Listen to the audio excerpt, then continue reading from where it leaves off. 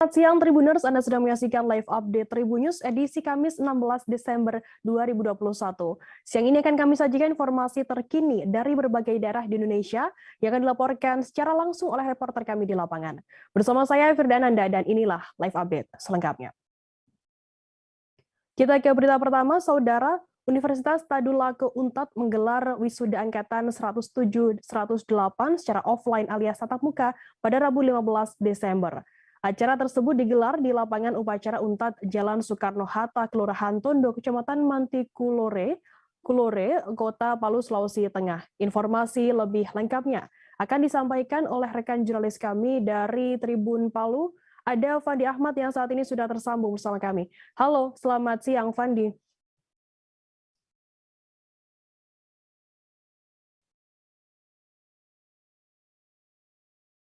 Halo, selamat siang Fandi. Ya, selamat siang Firda. Fandi, bisa Anda informasikan berapa total jumlah wisudawan yang ikut dalam prosesi wisuda kali ini? Ya, baik Firda, Universitas Tadulako atau UNTAD kemarin telah sukses menggelar prosesi wisuda secara tatap muka Rabu 15 Desember 2021. Ini merupakan kali kedua Universitas Tadulako menggelar acara wisuda secara tatap muka di masa pandemi COVID-19 setelah kemarin juga telah digelar selama 4 hari berturut-turut pada Oktober 2021. Prosesi wisuda dilangsungkan di lapangan upacara UNTAD Jalan Soekarno-Hatta, Kelurahan Tondo, Kecamatan Mantikulore, Kota Palu, Sulawesi Tengah. Pantauan kami di lokasi, prosesi wisuda dilaksanakan dengan menerapkan protokol kesehatan secara ketat sebagaimana dalam pelaksanaan wisuda sebelumnya. Wisuda angkatan 107 dan 108 ini diikuti sebanyak 1.758 peserta yang terbagi ke dalam 2 sesi. Sesi pertama dimulai pada pukul setengah 8 hingga pukul 12 siang waktu Indonesia Tengah, kemudian dilanjutkan pada pukul setengah 2 siang hingga pukul setengah 6 sore waktu Indonesia Tengah. Firda. Fandi, siapa saja tamu undangan yang hadir dalam acara prosesi wisuda kali ini? Ya, prosesi wisuda Universitas Tadulako ini juga turut dihadiri oleh Wakil Gubernur Sulawesi Tengah Mamun Amir yang tiba sekitar pukul setengah 9 pagi. Dan Wakil Gubernur juga turut dihadiri oleh unsur Forkopimda di lingkungan Sulawesi Tengah dan juga dari lembaga mitra Universitas Tadulako dari kalangan perbankan.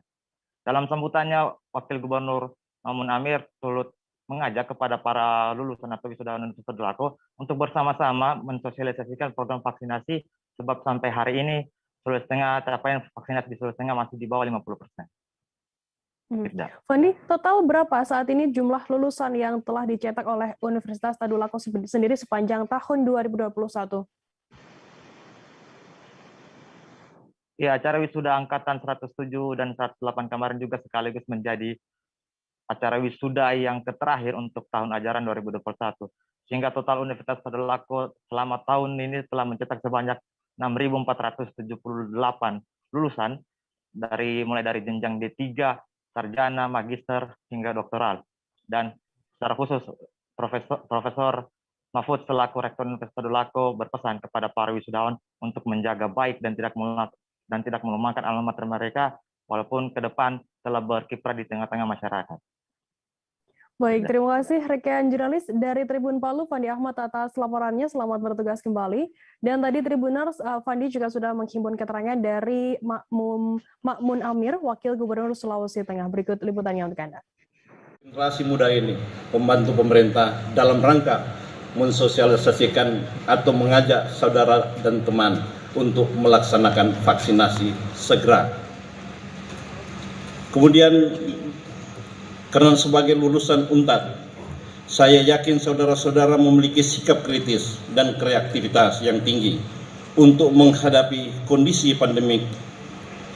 Ditambah lagi dengan kemampuan komunikasi saudara-saudara yang sudah jauh lebih terarah dan meningkat dari sebelumnya, serta dapat memberi andil membawa perubahan ke arah. Kita beralih ke informasi selanjutnya, Saudara. Mandor bangunan bernama Azikin tewas ditikam di Kecamatan Manggala, Kota Makassar pada Kamis 16 Desember. Azikin tewas ditikam di samping rumahnya oleh pelaku berinisial R yang merupakan buruh dari Azikin di salah satu proyek bangunan di Jalan Mangga 3, Makassar. Sebelum tewas, Azikin sempat berdebat dengan buruhnya R yang datang dibonceng oleh seorang pemuda berinisial IL. Informasi lebih lengkapnya akan disampaikan oleh rekan jurnalis kami dari Tribun Timur, ada Muslimin Emba di sana. Halo Emba, selamat siang. Ya, Firda, selamat siang. Emba, bisa Anda informasikan seperti apa untuk kronologi penikaman yang menewaskan mandor bangunan tersebut?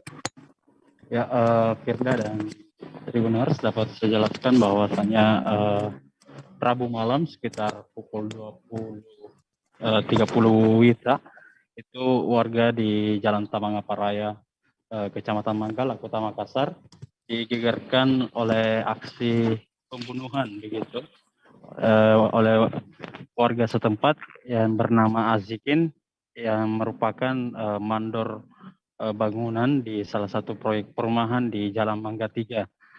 Korban diduga dibunuh oleh buruhnya sendiri setelah sempat bersitegang soal pekerjaan di samping rumahnya. Firda. Apakah saat ini sudah diketahui terkait dugaan motif begitu? Untuk dugaan motif dari pembunuhan ini yaitu terkait dengan uang sisa upah yang diduga ditagih oleh pelaku atau si buruh ini. Namun saat menagih begitu terjadi cekcok atau salah paham sehingga keduanya terlibat perkelahian dan harus menewaskan si mandor Azikin dengan 5 luka tusukan senjata tajam di tubuhnya. Untuk pelaku sendiri ada diduga dua orang, namun satu diantaranya diduga kuat adalah pelaku utama dan saat ini sudah ditangkap. Kemudian bagaimana untuk keterangan dari kedua pelaku sendiri? Ya, untuk keterangan kedua pelaku, salah satunya kan sempat diamankan oleh keluarga korban dan sempat diamuk juga dan motornya dibakar. Sementara satu lainnya sempat melarikan diri namun sekitar 5 jam begitu dan sampai 5 jam dia pelaku inisial R alias Gondrong ini berhasil ditangkap tim gabungan dari Polsek Manggala dan tim Jatan Ras Polrestabes Makassar di kawasan rumah potong hewan yang tidak jauh dari lokasi. Baik, terima kasih rekan jurnalis dari Tribun Timur Muslimin Emba atas laporan Anda. Dan tadi Tribuners Emba juga sudah menghimpun keterangan dari istri korban Hajah Berlian dan juga Kompol Supriyadi Idrus Kapolsek Manggala. Berikut liputannya untuk Anda. Kayaknya sudah bisa lah. Iya. Saya tidak lihat jam. Tidak masuk lagi kecil. Kecil kayaknya. Agak nah. Ini Saya pernah kecil. Siapa tahu? Dua. Iya. Terus apa nakana waktu nana? Masalah pekerjaan. Maksudnya apa hubungannya? Bagaimana tuh anak buahnya dulu? Anak buahnya Jama. kemana jama? Rawa di Mangga 3. Mangga 3. Apa nak jama dia? Proyek bangunan Pak, perumahan. Subsidi. Iya. Sebagai apa jual wanita? Sebagai kepala mandor kayak. Oh mandor. Iya. Kasih main aja atau tidak mah? Iya. Apa namanya mandor ini? Yang tahu? Iya. Tidak terlalu jelas dengan saya, yang jelas bicara masalah pekerjaan. Oh, dia anak menagih utang atau apa? Sama uang atau masalah uang atau kurang tahu juga gajinya karena minta. Iya, artinya yang menurut kita tidak pernah cerita bila niat tanggung jawab para proyek itu. Udah lagi bicara tadi. Oh. Masalah apa dia cerita? Itu memang masalah pekerjaan dengan sisa gajinya kayak ada sisa sekitar 600. Sisa 600. Ini pala injo 600. Injo betul buat nombok. Korban dengan pelaku ada hubungan kerja.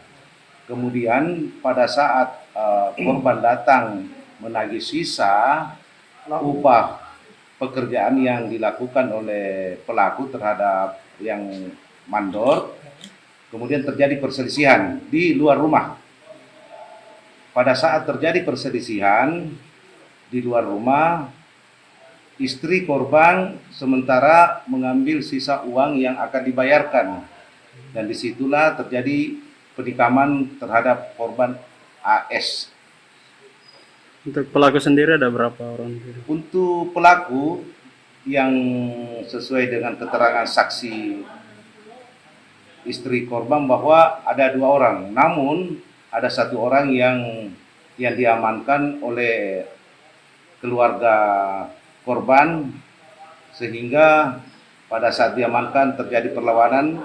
Kemudian sementara korban yang didapat oleh keluarga pelaku dirawat di rumah sakit. Saya tambahkan sedikit bahwa antara korban dengan pelaku ada hubungan kerja. Petugas unit reserse kriminal Polsek Pringsewu Kota bersama tim khusus anti bandit 308 Polres Pringsewu mengamankan 3 pelaku pencurian dengan pemberatan yang cukup meresahkan di wilayah Pringsewu. 2 dari 3 pelaku tersebut ditembak karena membahayakan petugas saat proses penangkapan di sebuah rumah kos. 3 tersangka diketahui merupakan kawanan spesialis membobol konter ponsel dan kotak amal. Hasil dari pencurian digunakan oleh mereka hanya untuk bersenang-senang. Informasi lebih lengkapnya akan disampaikan oleh rekan jurnalis kami dari Tribun Lampung. Ada Didi Burdiawan di sana. Halo, Didi. Halo rekan Firda. Didi, bisa Anda informasikan bagaimana untuk kronologi penangkapan dari 3 pelaku ini? Oke, terima kasih Firda.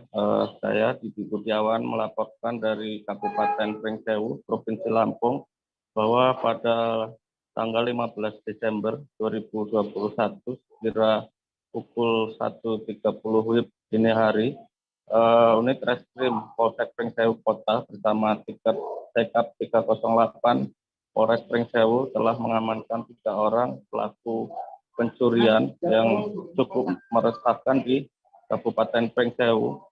2 dari antara 3 orang ini merupakan warga Kabupaten Pringsewu, Lampung, dan 1 orang lagi merupakan warga Lampung Barat, Lampung, di mana ketiganya adalah Henry Trizulkifli, 18 tahun, warga Kelurahan Pacarisuk, Kecamatan Pringsewu, dan seorang anak di bawah umur berinisial MA, 15 tahun, warga Kecamatan Pringsewu, dan 1 orang warga Lampung Barat bernama Novianto, 27 tahun, dan penangkapan ketiga pelaku ini bermula dari laporan seorang pengusaha konter di wilayah hukum Polsek Pringsewu Kota, di mana pada akhir November 2021 kemarin korban mendapati konternya telah dibobol oleh orang tidak dikenal dan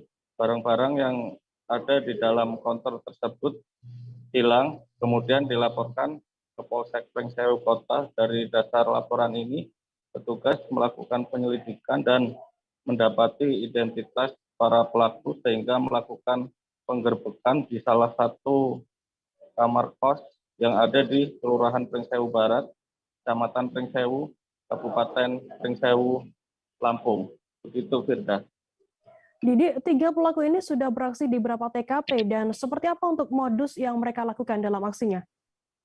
Menurut catatan dari kepolisian, Firda, ketiga pelaku ini telah melakukan aksinya banyak 10 TKP, di mana 4 TKP diantaranya berada di wilayah hukum Polsek Pringsewu Kota, kemudian 5 TKP ada di wilayah hukum Polsek Sukoharjo, dan 1 TKP berada di wilayah hukum Polsek Pagelaran, di mana ketiga polsek ini masih berada dalam satu jajaran Polres Pringsewu.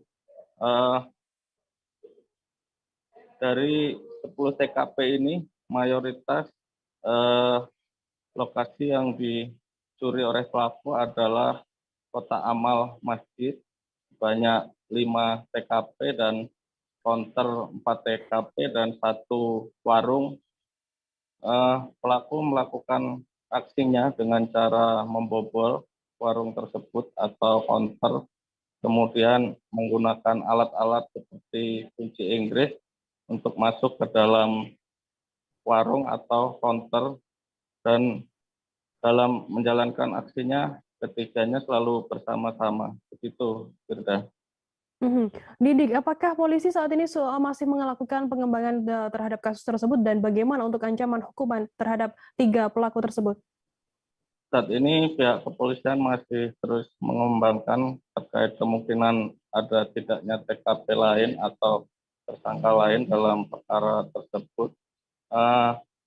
Untuk para pelaku, polisi menjeratnya dengan pasal 363 KUHP tentang pencurian dan ancaman hukuman maksimal 7 tahun penjara.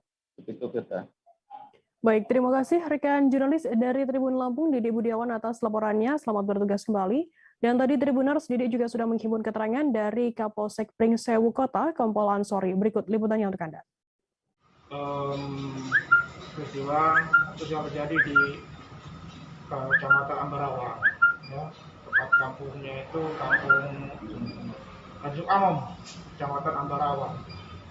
Spesialisasi mereka ini warung konter yang dimasukin para pelaku ini, dan mereka dengan cara mendongkel, kemudian memecahkan kunci dan menggunakan alat-alat seperti palu, pen, pisau, kemudian R2-nya, kendaraan. Dan sementara ini hasil yang mereka peroleh para pelaku berhasil kita amankan dari miliknya korban yang ada pada tersangka ini, handphone, kemudian voucher, karena itu merupakan konter yang diambil. Peralatan ini yang kita harus amankan. Selanjutnya ini pengembangan di lain wilayah yang mereka juga lakukan, yaitu di Kecamatan Sukoharjo dan Kecamatan Pagelaran, masih wilayah Pringsewu. Spesialisasinya dia konter, toko konter. Terus untuk hasil dari ininya buat apa oleh tersangka? Nah, kemudian ada sebagian hasilnya diberikan HP sama mereka. Ini HP yang diberikan hasil daripada mereka melakukan pencurian itu, ya, ada 3 HP, kemudian ada uang 4 juta yang mereka sudah habiskan untuk beberapa ya. Gerai vaksin Polres Lok Sumawe tetap melayani warga hingga malam hari. Hal ini guna menyukseskan program pemerintah, yakni mengejar target 70% herd immunity di wilayah kota Lok Sumawe di akhir Desember 2021 ini. Kapolres Lok Sumawe AKBP Eko Hartanto mengatakan target tersebut terus digenjot dengan upaya memberikan pelayanan vaksin yang optimal terhadap masyarakat. Informasi lebih lengkapnya akan disampaikan oleh rekan jurnalis kami, Zaki Mubarak yang dari Serambi News Indonesia di sana. Halo Zaki. Ya, halo rekan Firda. Zaki, bisa Anda informasikan berapa total warga yang saat ini sudah divaksin versi data dari Polres Lok Sumawe? Ya, terima kasih Firda. Selamat siang rekan Tribun News. Kami informasikan bahwa saat ini Polres Sumawe sedang gencar-gencarnya melakukan program sukses untuk program vaksinasi di Kota Lok Sumawe. Nah, untuk saat ini Polres Sumawe sudah menyasar warga untuk divaksin di beberapa titik di wilayah Kota Lok Sumawe. Nah, untuk sasarannya pihak Polres Sumawe sudah mentargetkan 144.000 warga yang harus divaksin guna mencapai herd immunity sebanyak 70%. Nah, yang sudah tervaksin sampai saat ini mencapai 71.000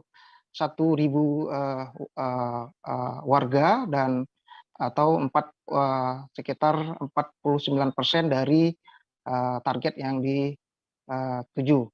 Kemudian yang untuk dosis pertama, untuk dosis kedua yang sudah tervaksin sekitar 28.000 warga. Nah, untuk selanjutnya masih dari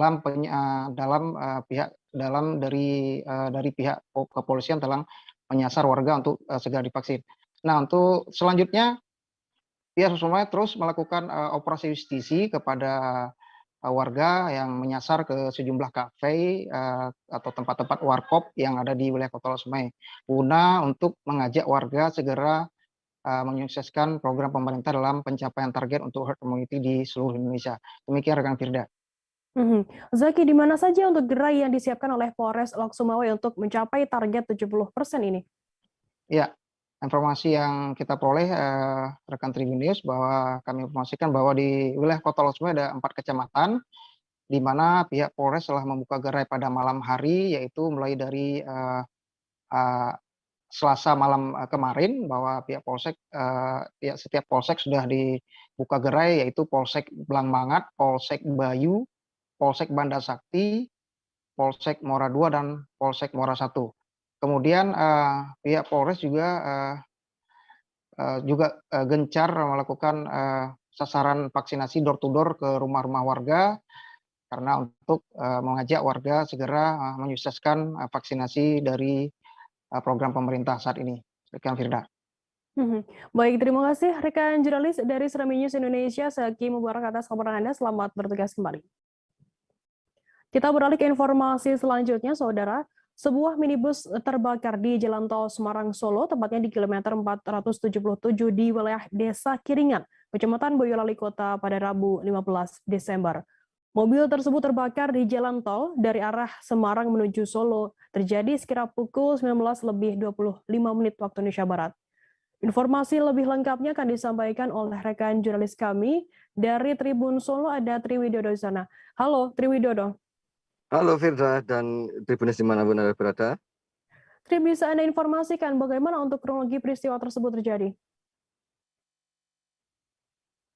Iya, Firda, dapat saya informasikan bahwasannya tadi malam sekira pukul 19:15 di Jalan Tol Semarang Solo telah terjadi kebakaran yang menimpa sebuah kendaraan minibus berjenis Nissan Grand Livina dengan plat nomor B1621 SKR yang terjadi tepatnya di Dukuh, Desa Ngagrong, Kecamatan Ampel, Boyolali. Untuk kronologinya sendiri, mobil yang dikendarai oleh Kasno Junaidi 67 tahun ini tiba-tiba menyala atau keluar asap dari bagian mesin mobil, kemudian Kasno Junaidi ini menepikan kendaraan mobilnya sebelum terbakar hebat di jalur tol Semarang Solo, Firda. Triwidodo, apakah sudah diketahui terkait untuk penyebab kebakaran tersebut?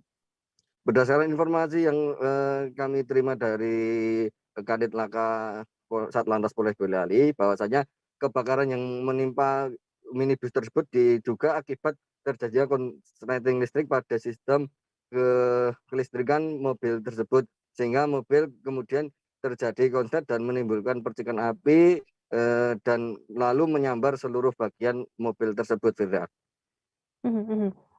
Bagaimana kemudian saat ini tindak lanjut dari pihak kepolisian sendiri? Apakah sudah dievakuasi begitu untuk mobil tersebut? Iya, berdasarkan informasi dan pantauan di lapangan, mobil yang dikendarai oleh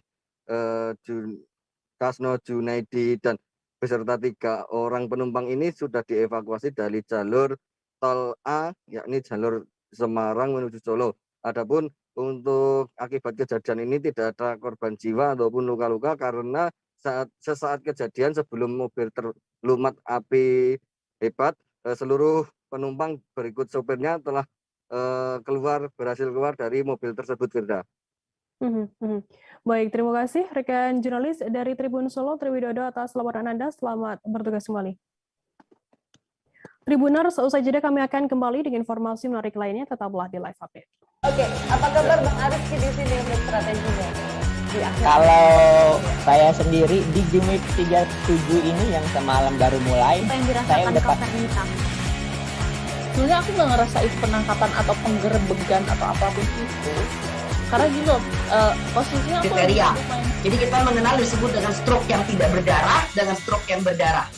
Stroke yang tidak berdarah itu biasanya ditandai dengan adanya penyumbatan. Kalau itu terjadi di sini mungkin pikirnya tidak ke situ kali ya. Tapi kalau di Korea atau di Kamboja itu ada beberapa paper yang saya itu Mas, ya, dulunya tukang koran. Oh gitu ya. Tukang koran. Ya, saya baca ya, Pak. Tuh kan pernah baca kan? Ya. Jadi kalau saya jadi tanggam itu udah bersyukur banget. Si anak ini dijadikan sebagai tersangka begitu. Ya, kalau ini kita bicara yang di luar kasus Sebongombo ya. Dengan nama hujan shower, di mana terdapat batas jelas antara daerah hujan dan tidak hujan yang biasanya terjadi pada fase awal mature stage atau tahap berbahaya tuh Kang. Jadi mulai artinya terjadinya perlembekan. Nah itu untuk penetrasi akan sulit gitu ya. Dok, saya ini menurut saya memang tidak mudah, bukan urusan tanah diambil, Kalau misalnya Amerika Serikat sekarang, Rasulullah mengatakan di dalam sebuah hadis bahwa berpuasa di 6 hari Syawal itu. Oke, apa kabar Bang Arif di sini untuk strateginya? Kalau saya sendiri di Gimik 37 ini yang semalam baru mulai, saya udah sebenarnya aku nggak ngerasa itu penangkapan atau penggerebegan atau apapun itu, karena gini loh, posisinya aku kriteria. Jadi kita mengenal disebut dengan stroke yang tidak berdarah dengan stroke yang berdarah.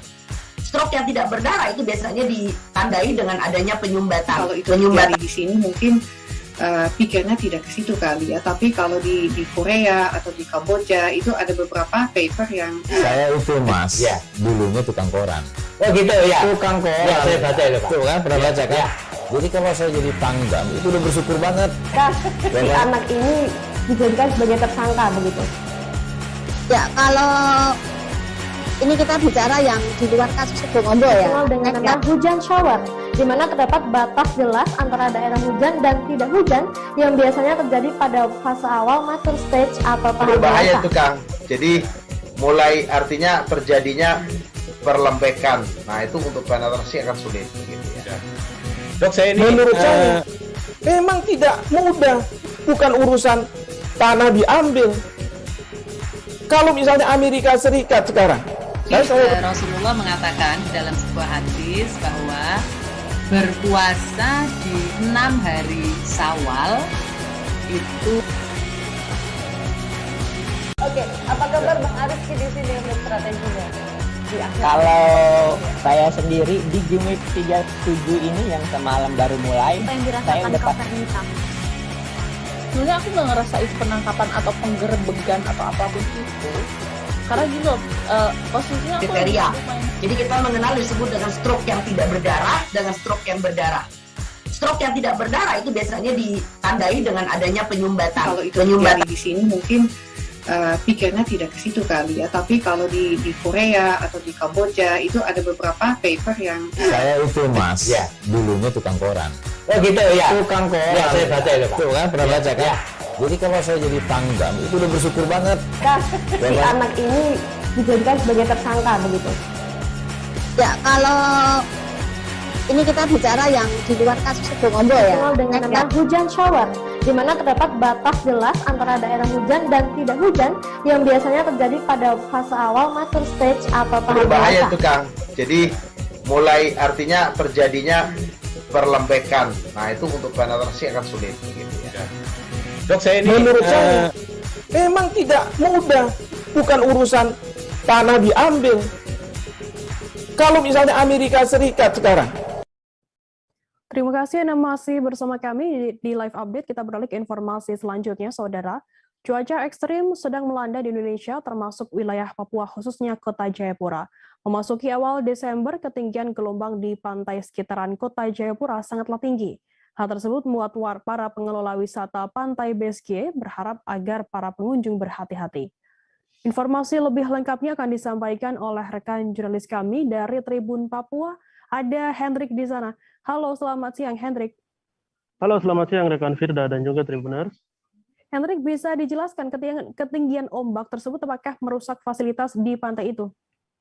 Oke, terima kasih rekan Firda. Dapat saya informasikan bahwa dari pantauan saya di Pantai BSG sendiri ada beberapa fasilitas yang rusak ya, di mana pada saat masuk dari pintu awal di mana ada pohon kelapa yang jatuh diterjang ombak, dan juga ada beberapa para atau yang terdapat di situ dihempaskan oleh ombak. Begitu, rekan Firda. Hingga saat ini, Hendrik, apakah gelombang laut juga masih tinggi dan bagaimana dengan aktivitas di laut Kota Jayapura saat ini? Oke, rekan Firda, dari pantauan saya juga bukan hanya di BSG sendiri, tapi di Kota Jayapura ini terdapat beberapa pantai, yakni Pantai Holtekam dan Pantai Hamadi.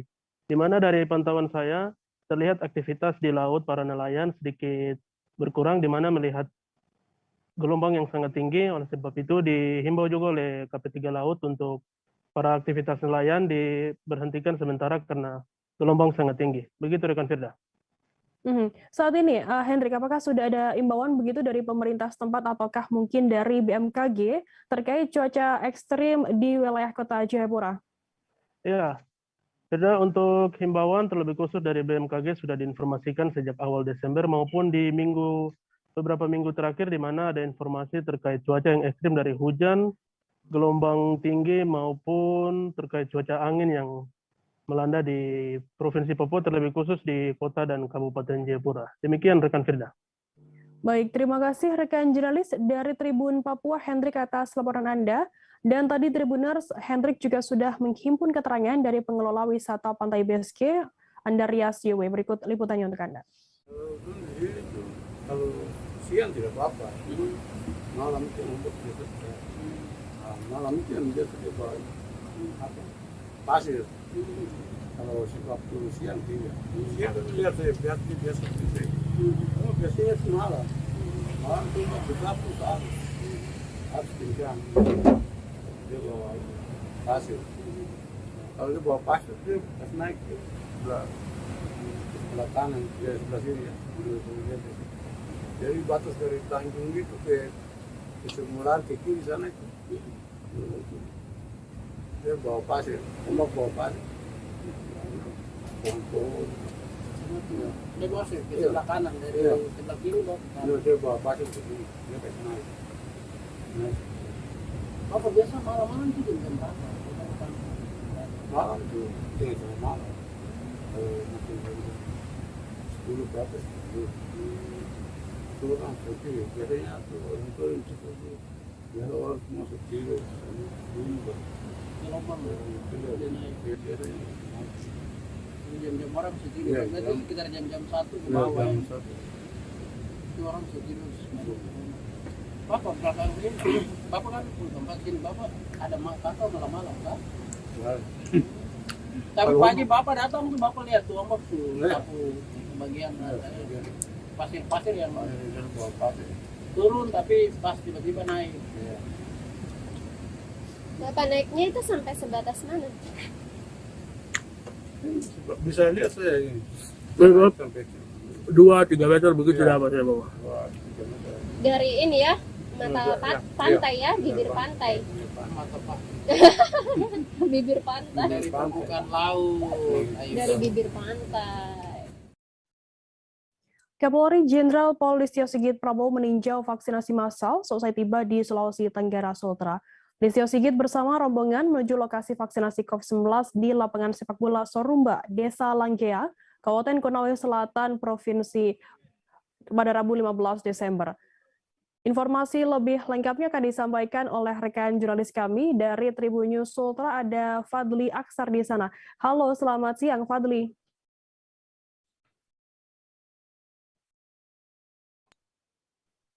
Halo, selamat siang Firda. Ya, Fadli, bisa Anda informasikan bagaimana pelaksanaan tinjauan vaksinasi oleh Kapolri Jenderal Polisi Sigit Prabowo ini? Ya, baik. Kapolri Jenderal Polisi Listio Sigit Prabowo tiba di melalui Pangkalan TNI Angkatan Udara.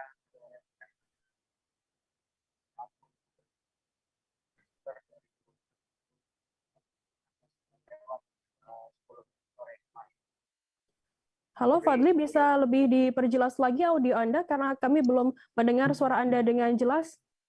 Ya, halo. Ya, oke, silakan dilanjutkan. Ya.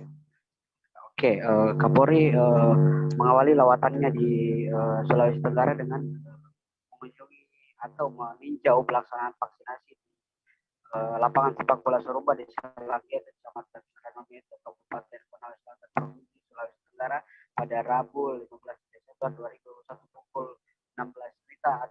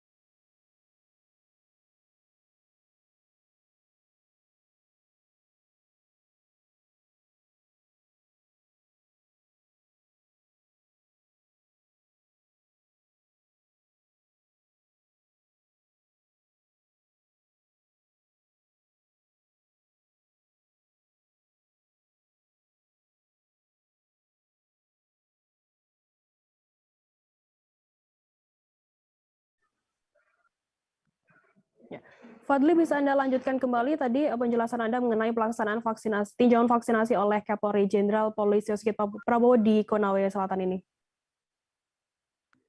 Ya baik, Kapolri Jenderal Polisi Sigit Prabowo meninjau vaksinasi di satu titik di Kabupaten Konawe Selatan, di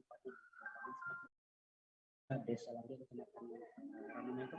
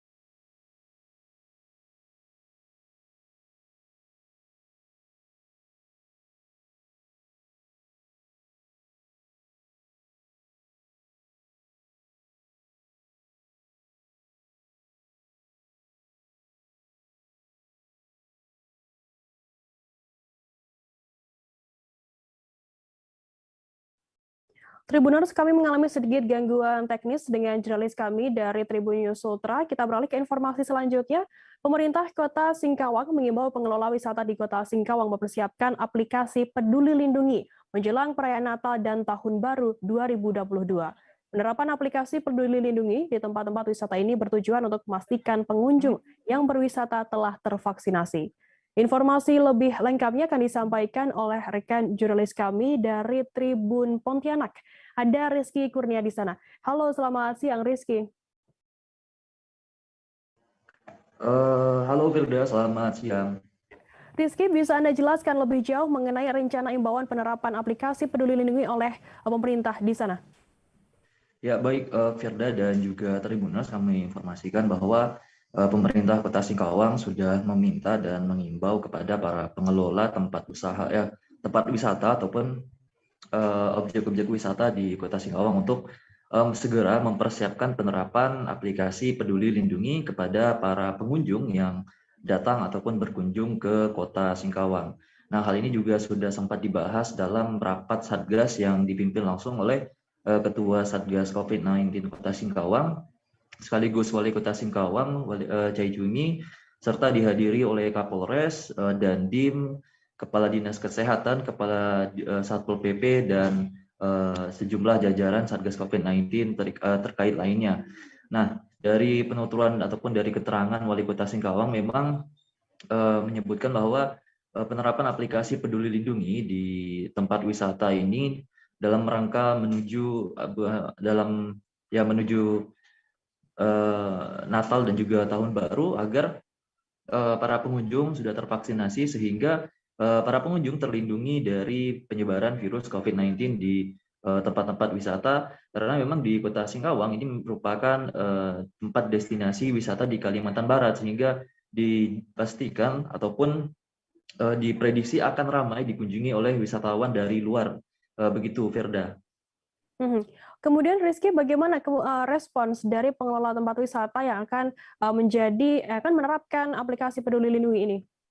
Ya, kami sudah mewawancari beberapa pengelola tempat wisata dan memang mereka setuju ataupun mereka mau menerapkan aplikasi Peduli Lindungi tersebut. Namun sampai saat ini mereka masih belum menerapkannya dan juga masih dalam tahap mempersiapkan QR Code untuk penerapan aplikasi Peduli Lindungi tersebut, begitu Firda.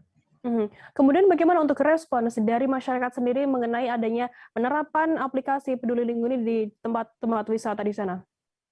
Ya, kami sudah mewawancari juga beberapa masyarakat ataupun warga khususnya Kota Singkawang yang memang kebetulan mereka sudah menjalani vaksinasi dan mereka setuju dengan penerapan aplikasi Peduli Lindungi tersebut, dan mereka juga memang mengatakan apabila tidak diterapkan mungkin agak sedikit khawatir begitu ketika akan berlibur ke tempat-tempat wisata karena memang akan diprediksi ramai ketika menjelang akhir tahun ataupun libur panjang gitu. Rizky, untuk saat ini kondisi COVID-19 di Kota Singkawang bisa Anda informasikan untuk update-nya? Ya, kalau di Kota Singkawang memang cukup baik sampai saat ini dan sejak beberapa pekan belakangan ini dari pantauan kami memang angka terkonfirmasi COVID-19 di Kota Singkawang itu 0, artinya tidak ada satupun pasien yang terkonfirmasi COVID-19 dan ini memang cukup baik. Kami juga sudah sempat bertanya ke beberapa pihak rumah sakit khususnya dari RSUD Abdul Aziz dan memang mereka tidak ada pasien COVID-19 yang dirawat di rumah sakit mereka, Firda. Baik, terima kasih rekan jurnalis dari Tribun Pontianak, Rizky Kurnia atas laporan Anda. Selamat bertugas kembali. Kita beralih ke informasi selanjutnya, Saudara. Kapolri Jenderal Polisi Sigit Prabowo meninjau vaksinasi massal selesai tiba di Sulawesi Tenggara. Listio Sigit bersama rombongan menuju lokasi vaksinasi COVID-19 di lapangan sepak bola Sorumba, Desa Langgea, Kabupaten Konawe Selatan. Diketahui Kapolri Jenderal Polisi Sigit Prabowo akhirnya tiba di Pangkalan TNI Angkatan Udara Halu Oleo, Kendari pada Rabu 15 Desember sore. Informasi lebih lengkapnya akan disampaikan oleh rekan jurnalis kami dari Tribun News Ultra, ada Fadli Aksar di sana. Halo, selamat siang Fadli.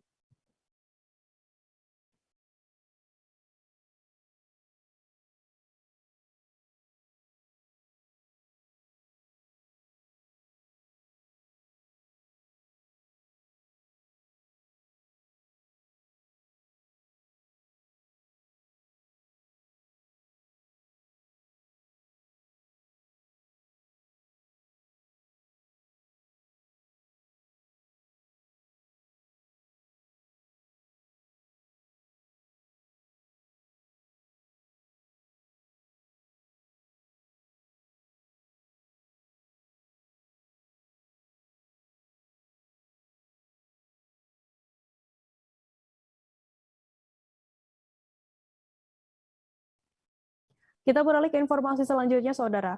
Sejumlah ruas jalan di Kabupaten Malinau terendam banjir setelah diguyur hujan semalaman pada Rabu 15 Desember. Jalan terendam banjir akibat diguyur hujan. Banjir tersebut di sekitar Kecamatan Malinau Kota dan Malinau Utara. Di antaranya di Jalan Seluwing, Desa Malinau Kota, dan Jalan Poros RSUD Malinau Utara tergenang air sungai sesayap yang meluap ke badan jalan. Informasi lebih lengkapnya akan disampaikan oleh rekan jurnalis kami dari Tribun Kaltara. Ada Muhammad Supri yang ada di sana. Halo, Supri. Halo, rekan Firda. Supri, bisa Anda informasikan bagaimana perkembangan terbaru ketinggian air di daerah aliran Sungai Malinau ini? Baik, dapat kami sampaikan kemarin, Firda, bertepatan dengan curah hujan tinggi di Kabupaten Malinau memasuki akhir tahun atau penghujung tahun di bulan Desember ini. Air sungai meluap ke ruas-ruas jalan karena pada saat itu bertepatan dengan pasang air laut di seputar Sungai Sesayap, wilayah perkotaan Kabupaten Malinau. Bertepatan dengan itu, air laut naik di ruas-ruas jalan, bahkan ada sebagian yang terpantau mulai menyentuh lantai-lantai rumah-rumah warga yang berada di pesisir. Untuk saat ini ketinggian air dipastikan masih aman atau masih relatif aman dikarenakan beberapa hari kemarin juga seperti sebelum-sebelumnya curah hujan tinggi, namun tidak bertepatan pada saat air pasang sehingga debit air yang meninggi tidak melebar ke ruas jalan, demikian tidak. Supri, apa hal yang penting diantisipasi oleh warga untuk antisipasi banjir di sana?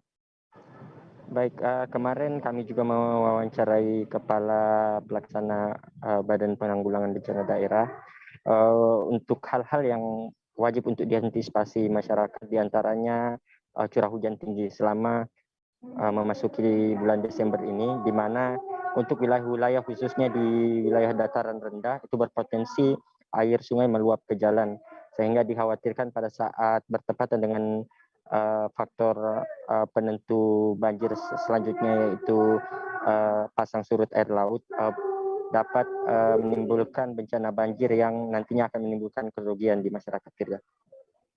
Supri, apa saja faktor utama penyebab banjir di sana dan apa langkah dari pemerintah terhadap mitigasi bencana pada penghujung tahun 2021 ini?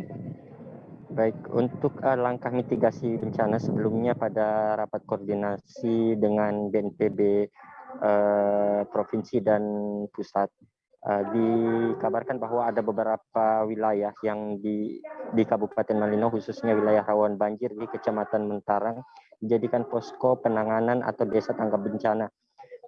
Untuk wilayah-wilayah pesisir pada khususnya, sebelumnya memang ada rencana relokasi untuk wilayah-wilayah yang paling rawan banjir, diantaranya ada di wilayah Harapan Maju, Kecamatan Mentarang, dan beberapa wilayah lain yang berada permukiman padat penduduk yang berada di sekitar pesisir sungai di Kabupaten Malino.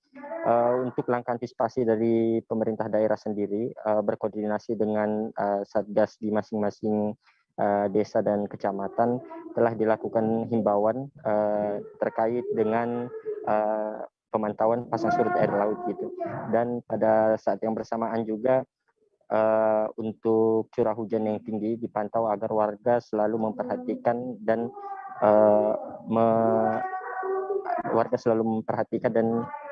menjaga ketika bepergian menyusuri jalur-jalur sungai.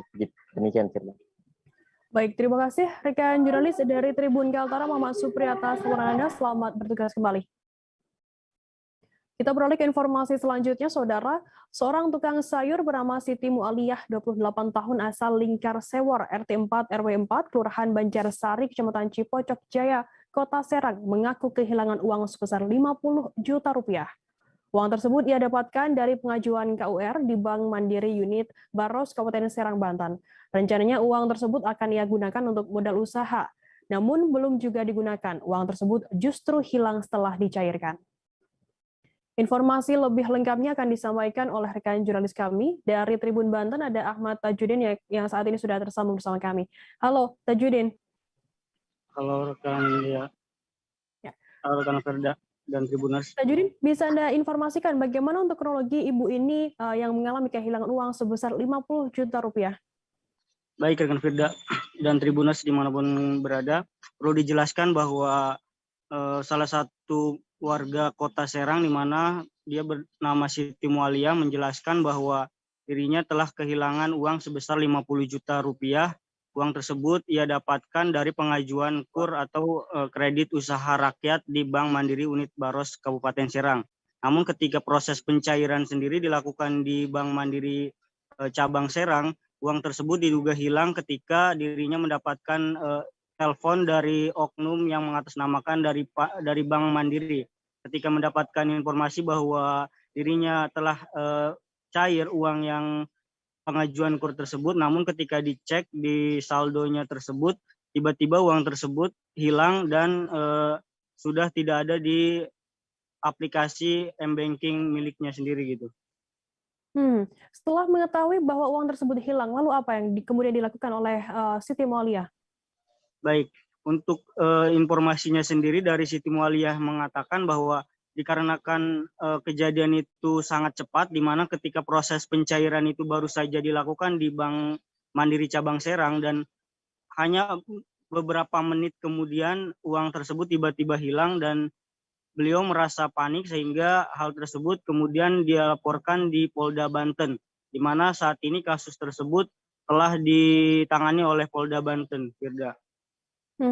Tajudin, bagaimana kemudian tanggapan dari pihak Polda Banten sendiri dan juga pihak Bank Mandiri atas hilangnya uang dari Siti Mualiyah ini? Baik, untuk informasi dari Polda Banten sendiri, di sini Kabid Humas Polda Banten sudah dicoba dikonfirmasi bahwa benar saudara Siti Mualiyah tersebut telah melakukan laporan kepada Polda Banten, di mana laporan tersebut itu tertera pada tanggal 9 Desember 2021. Kemudian untuk saat ini proses dari kasus tersebut, Polda Banten masih melakukan penyelidikan yang dilakukan oleh Ditreskrim Polda Banten atau Ditreskrimum Polda Banten. Kemudian untuk dari laporannya sendiri, dikatakan bahwa laporan Siti Mualiah tersebut bernomor TBL B467/12/2021 di SPKT Polda Banten. Kemudian untuk tanggapan dari pihak banknya sendiri, dari pihak Bank Mandiri dari Korwil Cilegon, di mana dia mengatakan bahwa Bank Mandiri akan siap menghormati proses hukum serta berkomitmen menjaga ataupun mengganti dana nasabah jika hal tersebut terbukti ada kesalahan di pihak bank, sehingga pihaknya akan melakukan upaya-upaya yang mungkin akan dilakukan pihak bank sesuai dengan arahan dari pihak kepolisian sendiri, dan apabila hal itu terbukti maka pihak bank akan siap menggantinya gitu.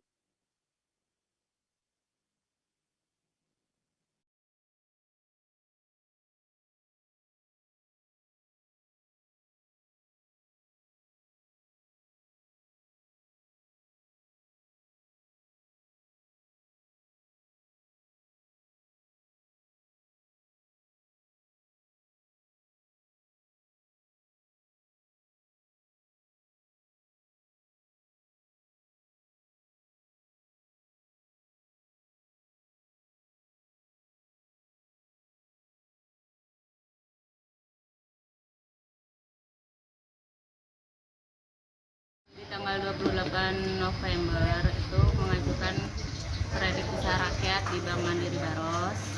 Nah, setelah itu hari Senin tanggal 6 itu disurvey sama pihak Bank Baros. Dan alhamdulillahnya tanggal 8 itu setelah jam makan siang kira-kira jam 13 ya, itu ada tanda tangan untuk bukti bahwa hari ini akan diadakan pencairan. Namun di cabang Baros itu tidak tersedia kartu fisik. Jadi untuk pengambilan kartu fisiknya itu ATM-nya itu di cabang terdekat, yaitu di Ciceri Mandiri, Ciceri di situ. Nah, langsung dari Baros jam 2 pulang langsung saya menuju ke Ciceri Mandiri, Ciceri ya, cabang Ciceri, ketemu dengan CS namanya Pak Reja. Nah, beliau saya menyuruh untuk nulis formulir C itu ya, formulir untuk mendapatkan kartu ATM-nya. Setelah sudah jadi langsung suruh ke atas, kayaknya teller kalau nggak salah di atas itu, lantai atas, buat PIN dan sebagainya. Setelah selesai aktifin Livin Mandiri. Nah, saat dia dipandu sama Pak Reja di bawah ya, di lantai dasar. Livin apa? Livin Mandiri. Livin Mandiri di situ sama Pak Reja. Nah, setelah dipandu, di sini ada transaksinya juga bahwa sudah itu aktif Livin Mandiri saya jam 14.44 di situ. Nah, itu Pak Reja minta selfie untuk dokumentasi gitu kan, bahwa saya pengguna Livin Mandiri baru gitu. Namun saya juga ajukan pertanyaan, Pak, nantinya ke depannya ada masalah atau apa ya, selfie seperti ini dengan latar belakangnya Livin Mandiri gitu ya. Setelah itu Oke, apa kabar Bang Arif di sini untuk strateginya? Kalau saya sendiri di Game Week 37 ini yang semalam baru mulai, saya udah pasti. Sebenarnya aku nggak ngerasa itu penangkapan atau penggerebegan atau apapun itu. Karena gini loh, posisinya aku kriteria. Jadi kita mengenal disebut dengan stroke yang tidak berdarah dengan stroke yang berdarah. Stroke yang tidak berdarah itu biasanya ditandai dengan adanya penyumbatan. Kalau itu penyumbatan di sini mungkin pikirnya tidak ke situ kali ya, tapi kalau di Korea atau di Kamboja itu ada beberapa paper yang saya itu mas ya, dulunya tukang koran. Oh gitu ya, tukang koran ya, saya baca ya Pak. Tuh kan pernah baca kan ya. Jadi kalau saya jadi pangdam itu udah bersyukur banget si anak ini dijadikan sebagai tersangka begitu ya. Kalau ini kita bicara yang di luar kasus Sebongombo ya, dengan nama hujan shower, di mana terdapat batas jelas antara daerah hujan dan tidak hujan yang biasanya terjadi pada fase awal mature stage atau tahap berbahaya itu Kang. Jadi mulai artinya terjadinya perlembekan. Nah itu untuk penetrasi akan sulit gitu ya. Dok, saya ini menurut saya memang tidak mudah, bukan urusan tanah diambil. Kalau misalnya Amerika Serikat sekarang, Rasulullah mengatakan di dalam sebuah hadis bahwa berpuasa di 6 hari Syawal itu. Oke, apa kabar Bang Ariski di sini untuk strateginya? Kalau saya sendiri di Gimik 37 ini yang semalam baru mulai, Apa yang saya dirasakan udah Kak Fernita? Sebenarnya aku nggak ngerasain penangkapan atau penggerebegan atau apapun itu. Karena gitu, posisinya aku Kriteria. lagi main. Jadi kita mengenal disebut dengan stroke yang tidak berdarah dengan stroke yang berdarah. Stroke yang tidak berdarah itu biasanya ditandai dengan adanya penyumbatan. Kalau itu terjadi di sini mungkin pikirnya tidak ke situ kali ya, tapi kalau di Korea atau di Kamboja itu ada beberapa paper yang Saya itu Mas, dulunya tukang koran. Oh gitu ya. Tukang koran. Ya, saya baca itu, Pak. Tuh kan, pernah baca kan? Ya. Jadi kalau saya jadi tanggam, itu udah bersyukur banget. Si anak ini dijadikan sebagai tersangka begitu. Ya, kalau ini kita bicara yang di luar kasus Sebongombo ya. Dengan nama hujan shower, di mana terdapat batas jelas antara daerah hujan dan tidak hujan yang biasanya terjadi pada fase awal master stage atau tahap Berbahaya dewasa. itu Kang. Jadi mulai artinya terjadinya perlembekan. Nah itu untuk penetrasi akan sulit gitu ya. Dok, saya ini menurut saya memang tidak mudah, bukan urusan tanah diambil. Kalau misalnya Amerika Serikat sekarang, Rasulullah mengatakan dalam sebuah hadis bahwa berpuasa di 6 hari Syawal itu. Oke, apa kabar Bang Ariski di sini untuk strateginya? Kalau saya sendiri di Gimik. Terima kasih Anda masih bersama kami di live update. Kita beralih ke informasi selanjutnya, Saudara. Kapolri Jenderal Polisi Sigit Prabowo meninjau vaksinasi massal selesai tiba di Sulawesi Tenggara. Listio Sigit bersama rombongan menuju lokasi vaksinasi COVID-19 di lapangan sepak bola Sorumba, Desa Langgia, Kabupaten Konawe Selatan pada Rabu 15 Desember sore. Informasi lebih lengkapnya akan disampaikan oleh rekan jurnalis kami dari Tribun News Ultra, ada Fadli Aksar di sana. Halo, selamat siang Fadli. Ya, halo, selamat siang Firda, selamat siang Tribunas. Fadli, bisa Anda informasikan bagaimana pelaksanaan vaksinasi, tinjauan vaksinasi oleh Kapolri Jenderal Polisi Sigit Prabowo ini? Ya, Kapolri Jenderal Polisi Listio Sigit Prabowo mendatangi Sulawesi Tenggara pada Rabu 15 Desember 2021. Kemudian Kapolri sendiri datang ke Sulawesi Tenggara menggunakan pesawat Batik Air Airbus A320 dan mendarat di pangkalan udara TNI Angkatan Udara Halu Oleo Kendari.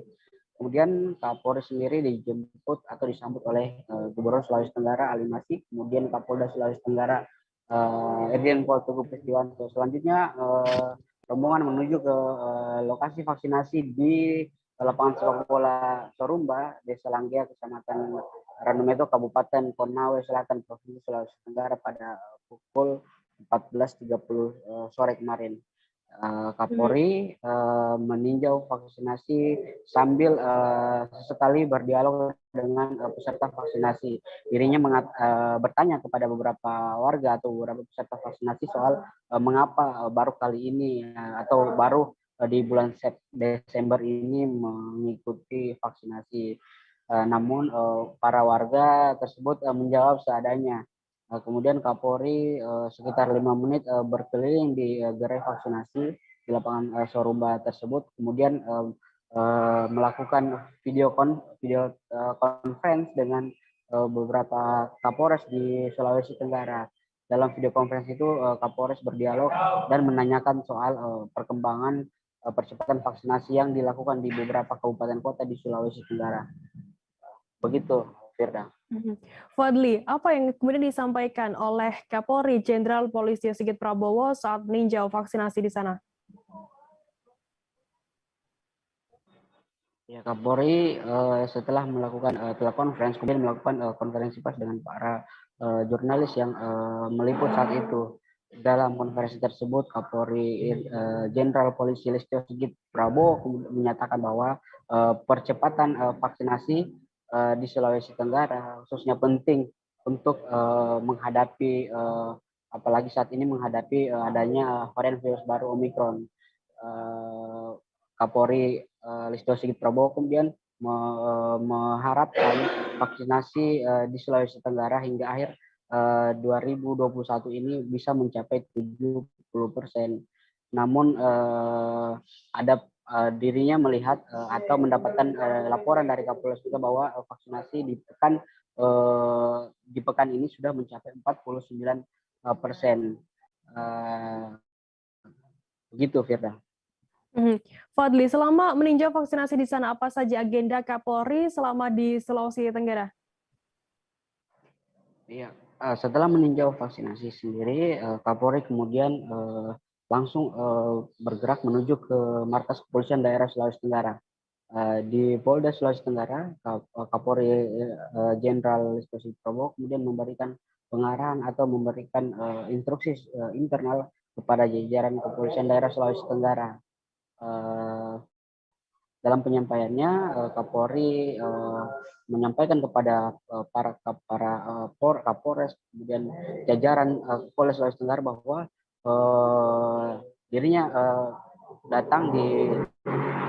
mendatangi Kota Kendari atau Sulawesi Tenggara sendiri untuk memastikan bahwa para Kapolda, para pimpinan polisi di daerah betul-betul mengawal investasi sebagaimana permintaan dari Presiden Joko Widodo. Kemudian setelah melakukan rapat internal di markas kepolisian daerah Sulawesi Tenggara, Kapolri kemudian beristirahat dan menginap di salah satu hotel, tepatnya di Hotel Claro Kendari. Keesokan harinya atau tepatnya pada Kamis 16 Desember 2021 hari ini, Kapolri kemudian melanjutkan lawatannya di kawasan industri di perusahaan PT VDNI dan PT OSS di Kecamatan Morosi, Kabupaten Konawe, Provinsi Sulawesi Tenggara. Setelah lawatan itu, Kapolri kemudian langsung meninggalkan Sulawesi Tenggara, kemudian balik ke Jakarta. Begitu, Firman. Baik, terima kasih rekan jurnalis dari Tribun News Ultra, Fadli Aksar atas laporan Anda. Dan tadi Tribuners, Fadli juga sudah menghimpun keterangan dari Jenderal Polisi Sigit Prabowo Kapolri. Berikut liputannya untuk Anda. Di satu titik yang saat ini sedang melaksanakan vaksinasi, alhamdulillah tadi dalam progresnya Pak Kapolda sudah menyampaikan bahwa terjadi peningkatan dibandingkan dengan minggu sebelumnya. Ada peningkatan progres akselerasi vaksinasi sebesar 49%, Pak ya. Dan kita harapkan dalam kurun waktu ke depan sampai dengan minggu-minggu terakhir kita betul-betul bisa mencapai target pencapaian 70%, bagaimana yang menjadi target Bapak Presiden untuk supaya betul-betul terbentuk kekebalan komunitas yang diharapkan. Ini menjadi sangat penting karena kita tahu bahwa saat ini muncul varian baru, ada kurang lebih 72 negara yang saat ini sudah terjangkit dengan varian baru Omicron, sehingga mau tidak mau salah satu yang harus kita lakukan adalah bagaimana mengakselerasi vaksinasi khususnya terhadap masyarakat yang belum sempat vaksin, mungkin karena takut, karena hoax, atau karena aktivitasnya, atau karena hal-hal lain, sehingga mau tidak mau ini perlu kerja sama, sinergitas yang sangat kuat antara pemerintah daerah, baik tingkat provinsi, kabupaten, dengan TNI, Polri, dan seluruh masyarakat, termasuk juga relawan, sehingga kemudian target kekurangan untuk mencapai 70% ini betul-betul bisa kita kejar. Harapan kita bisa mempertahankan terkait dengan kemampuan kita untuk mengendalikan laju COVID di angka yang saat ini sudah sangat bagus, positivity rate kita di bawah 1, dan kemudian angka-angka kematian dan kur kita juga berada di posisi yang sangat baik. Dugaan money politik di Desa Pasembu, Kecamatan Mahalan, Kabupaten Mamasa, Sulawesi Barat berujung sengkehan terhadap salah satu calon. Salah satu calon kades diketahui bernama Nilawati terpaksa disanggah setelah dinyatakan terpilih pada Pilkades 8 Desember lalu. Hasil Pilkades ini disanggah lantaran diduga syarat money politik setelah salah satu timnya mengajak panitia pemilih calon dengan memberikan uang sebagai iming-iming. Informasi lebih lengkapnya akan disampaikan oleh rekan jurnalis kami dari Tribun Sulbar, ada Samuel di sana. Halo, selamat siang Samuel.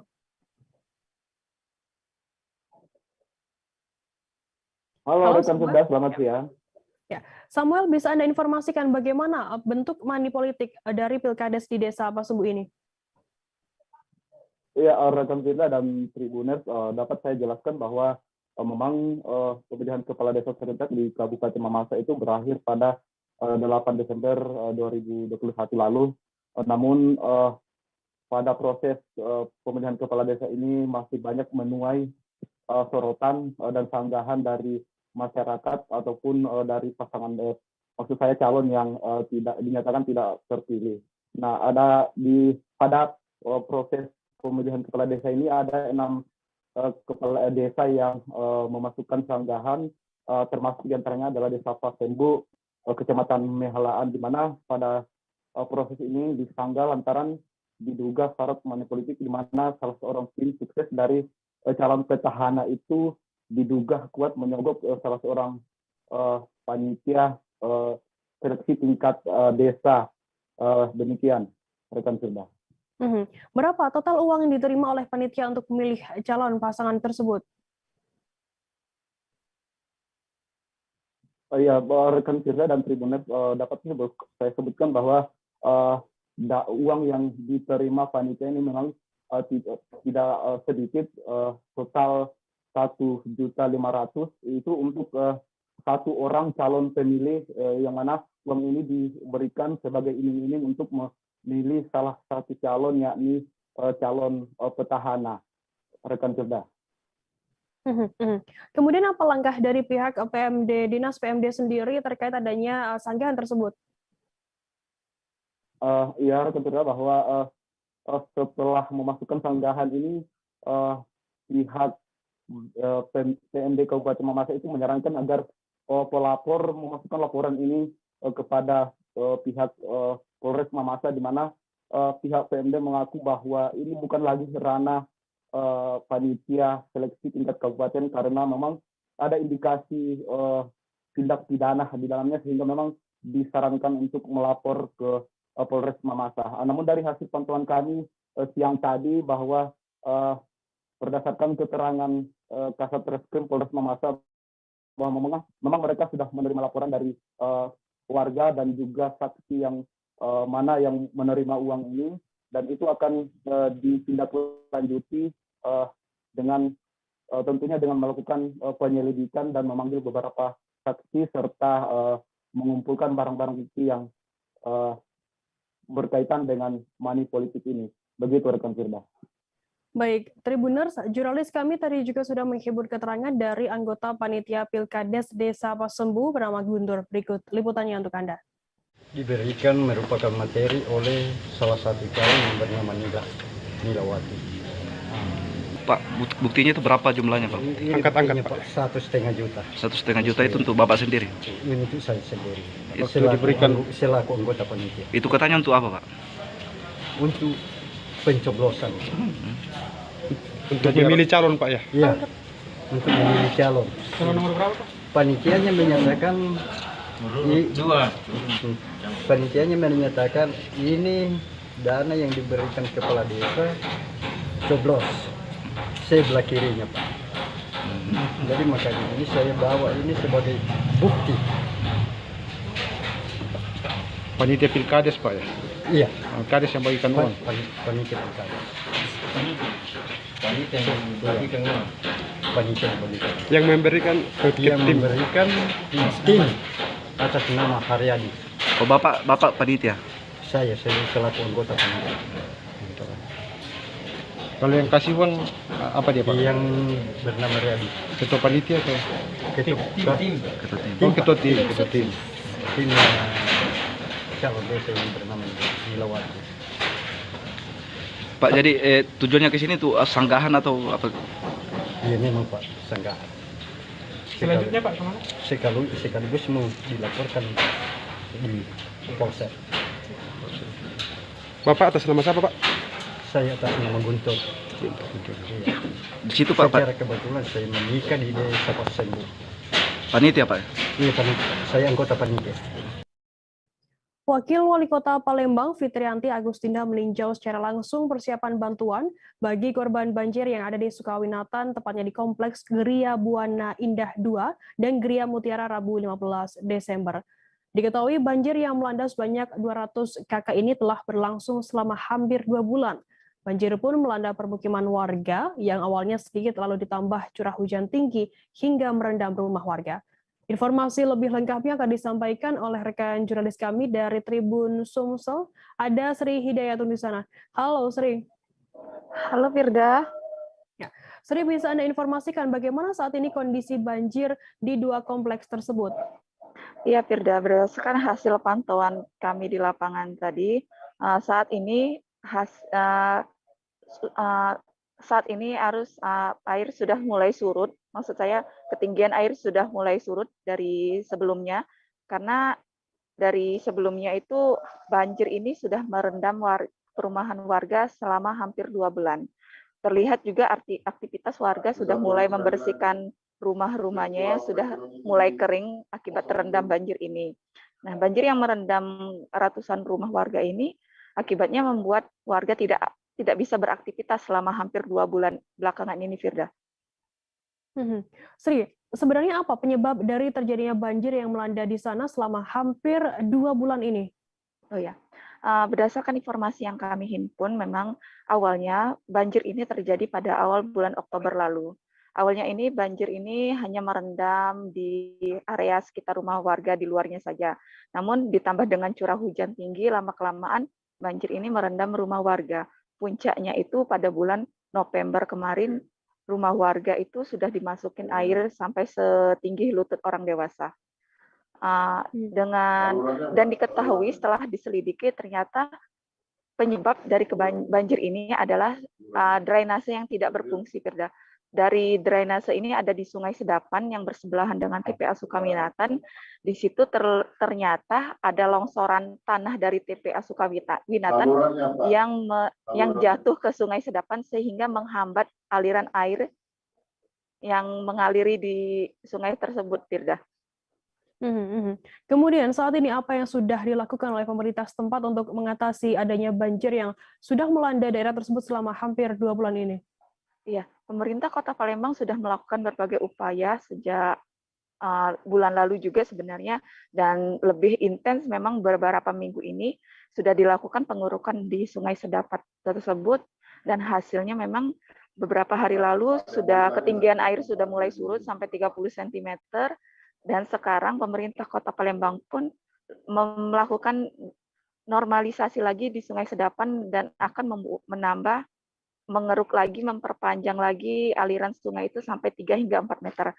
Dan saat ini juga pemerintah Kota Palembang sudah menyiapkan dapur umum kepada warga yang ada di sana, karena sudah 2 bulan ini mereka sudah mengalami bencana seperti ini, dan ini kata pemerintah Kota Palembang juga sudah masuk bencana nasional. Baik, terima kasih rekan jurnalis dari Tribun Sumsel, Sri Hidayatun, atas laporan Anda. Selamat bertugas kembali. Kita beralih ke informasi selanjutnya, Saudara. Seorang tahanan Polsek Helvetia diduga menjadi korban penganiayaan oleh oknum petugas di dalam sel tahanan. Tahanan tersebut bernama Ramli, 39 tahun, warga dusun 18 Pasar 1 Umum, Kelambir 5 Kebun, Kecamatan Hamparan Perak, yang merupakan tahanan kasus dugaan penadahan sepeda motor. Bukan hanya dianiaya, Ramli juga diancam akan ditembak kakinya oleh pihak kepolisian jika tidak menyetor sejumlah uang kepada polisi. Untuk mengetahui informasi lebih lengkapnya, saat ini kami sudah tersambung dengan jurnalis dari Tribun Medan, ada Vian di sana. Halo Vian.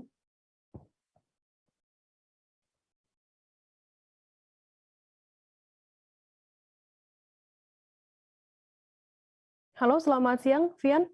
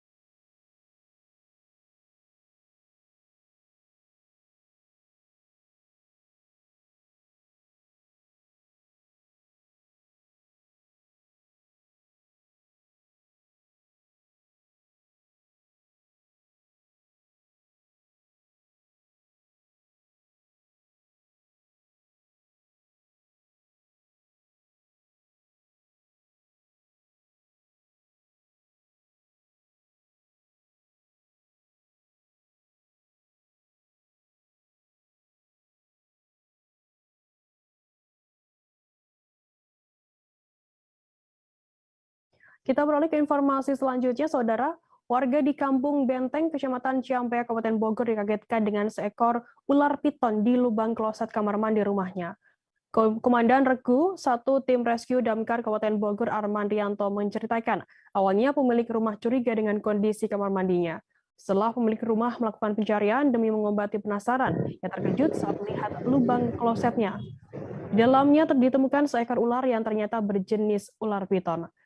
Untuk mengetahui informasi lebih lengkapnya, saat ini kami sudah tersambung dengan jurnalis dari Tribun Bogor, ada Naufal Fauzi di sana. Halo, Naufal. Halo, Firda. Naufal, bisa Anda ceritakan, bisa Anda informasikan bagaimana awal mula adanya temuan ular piton tersebut? Baik, Firda dan juga rekan Tribuners, bahwa terkait temuan ular piton di lubang kloset di wilayah Ciampea, Kabupaten Bogor, ini berawal dari kecurigaan dari pemilik rumah bernama Pak Ihsan. Jadi pemilik rumah ini sudah merasa curiga sejak beberapa hari sebelumnya, sebelum ular tersebut ditemukan. Karena memang kamar mandi rumahnya ini selalu berantakan tanpa sebab. Dan Pak Ihsan ini kemudian melakukan pengecekan berulang kali sampai akhirnya dia menyadari dan dikejutkan dengan adanya ular di lubang kloset yang ternyata ular berjenis ular piton.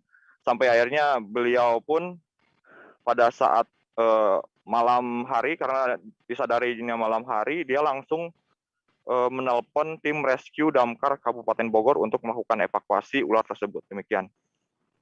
Naufal, bagaimana untuk proses evakuasi dari pihak damkar sendiri? Baik, pihak damkar sendiri mengaku mendapat laporan temuan ular piton di lubang kloset kamar mandi di Ciampea ini malam hari jelang tengah malam, dan malam itu juga pihak tim rescue terjun ke lokasi untuk melakukan penanganan sampai tengah malam, yang mana petugas yang diterjunkan ini sebanyak 5 orang dilengkapi dengan peralatan khusus dan juga pengamanan, dan petugas juga sempat merasa kesulitan karena ular piton ini sempat masuk ke lubang yang mengarah ke arah septic tank, sehingga akhirnya petugas juga terpaksa membongkar WC tersebut untuk mengevakuasi ular tersebut. Dan proses evakuasi ini memakan waktu hampir 1 jam sampai akhirnya evakuasi berhasil dilakukan dan ular tersebut baru didapati dan diperkirakan panjang itu mencapai 3 meter, demikian. Sementara saat ini dibawa kemana ular piton tersebut? Baik, terkait tangkapan ular piton ini, pihak petugas tim rescue damkar Kabupaten Bogor mengevakuasi dan membawanya ke tempat penampungan satwa hasil tangkapan tim rescue, karena tim rescue damkar Kabupaten Bogor ini juga memiliki fasilitas tempat penampungan satwa hasil tangkapan mereka, dan biasanya mereka juga berkoordinasi dengan pecinta satwa atau pencinta reptil agar nantinya satwa hasil tangkapan ini bisa dirawat oleh para pencinta reptil. Demikian. Baik, terima kasih rekan jurnalis dari Tribun Bogor, Naufal, atas laporan Anda. Selamat bertugas kembali. Kita beralih ke informasi selanjutnya, Saudara. Seorang tahanan Polsek Helvetia diduga menjadi korban penganiayaan oleh oknum petugas di dalam sel tahanan. Tahanan tersebut bernama Ramli, 39 tahun, warga Dusun 18, Pasar 1 Umum, Kelambir 5 Kebun, Kecamatan Hamparan Perak. Ia merupakan tahanan kasus dugaan penadahan sepeda motor.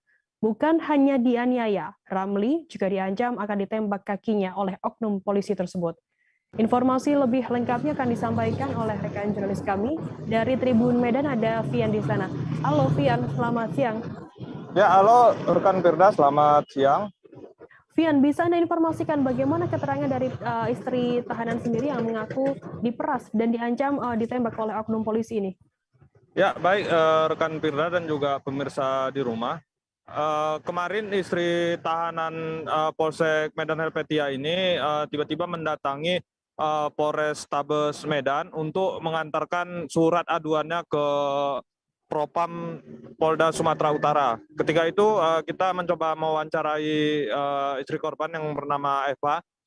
Ia mengaku bahwasanya suaminya yang merupakan pelaku penadah ditahan di Polsek Medan Helvetia, namun saat itu ketika diamankan, polisi mendatangi rumah Eva dan meminta sejumlah uang dengan ancaman jika tidak diberikan bahwasanya suaminya akan ditembak polisi.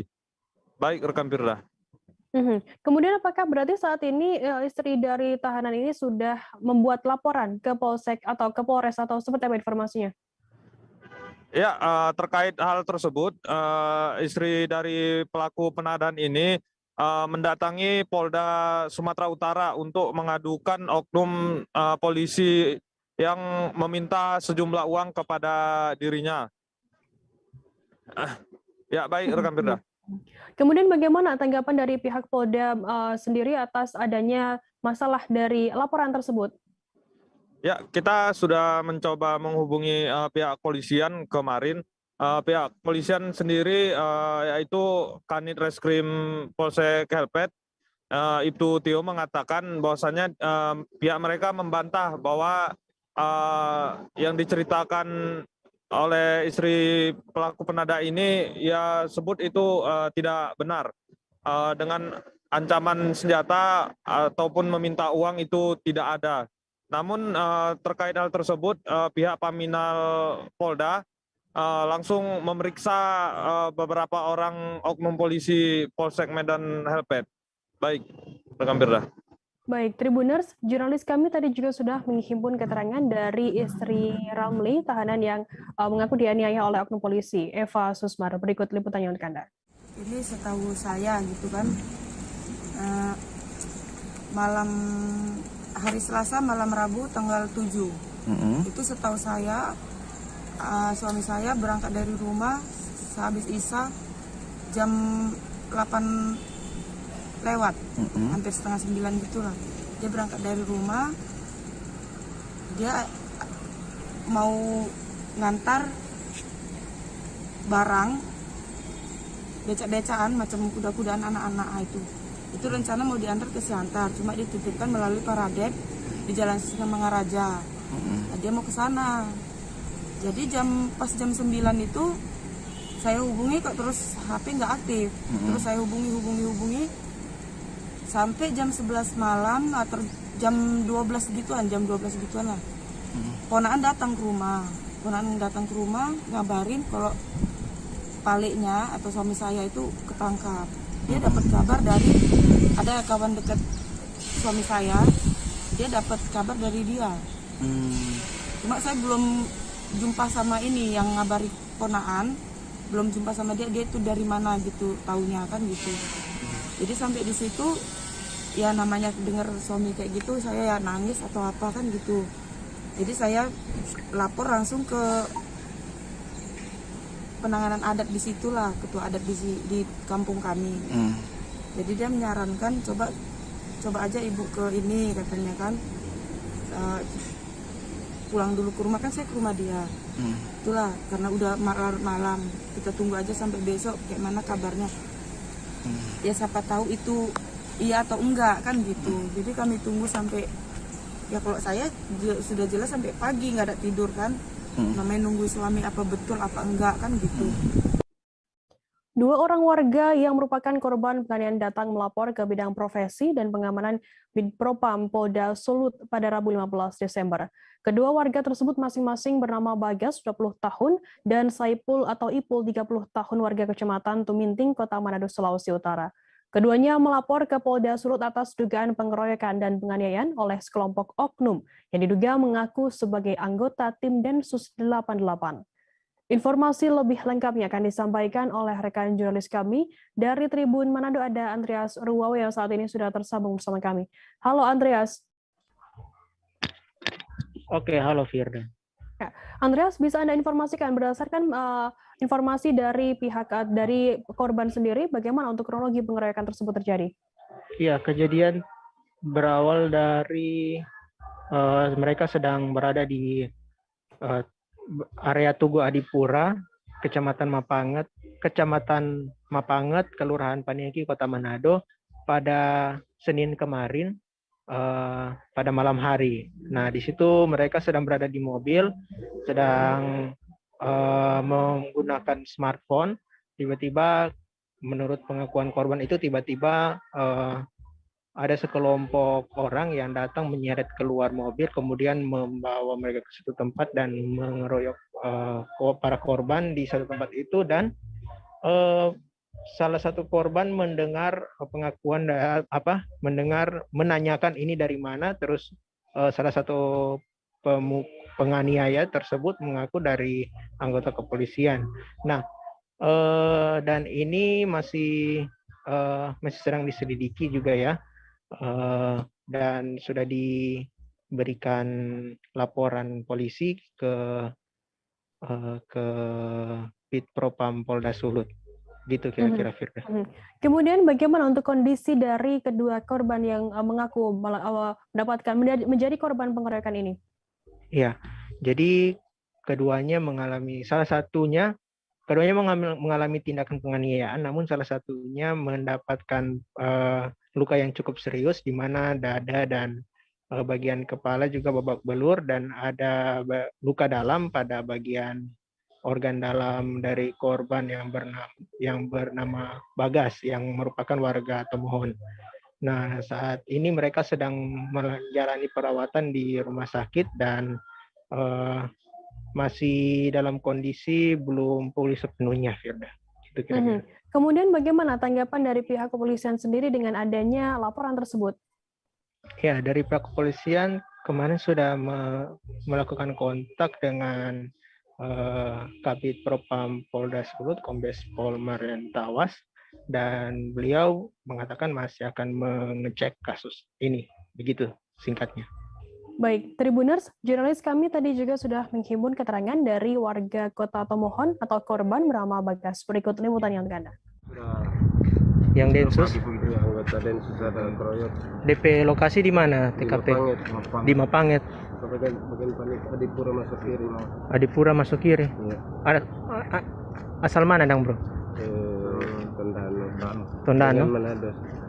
Oh, Manado. DP kronologi boleh dijelaskan bagaimana? Ada tujuan ambil HP, dikeroyok. Pas ditarik dari mobil langsung dikeroyok. Kenapa? Ya, mungkin sudah mabuk. Oh, mabuk. Kapan kejadian? Senin malam. Ada berapa orang, Oni?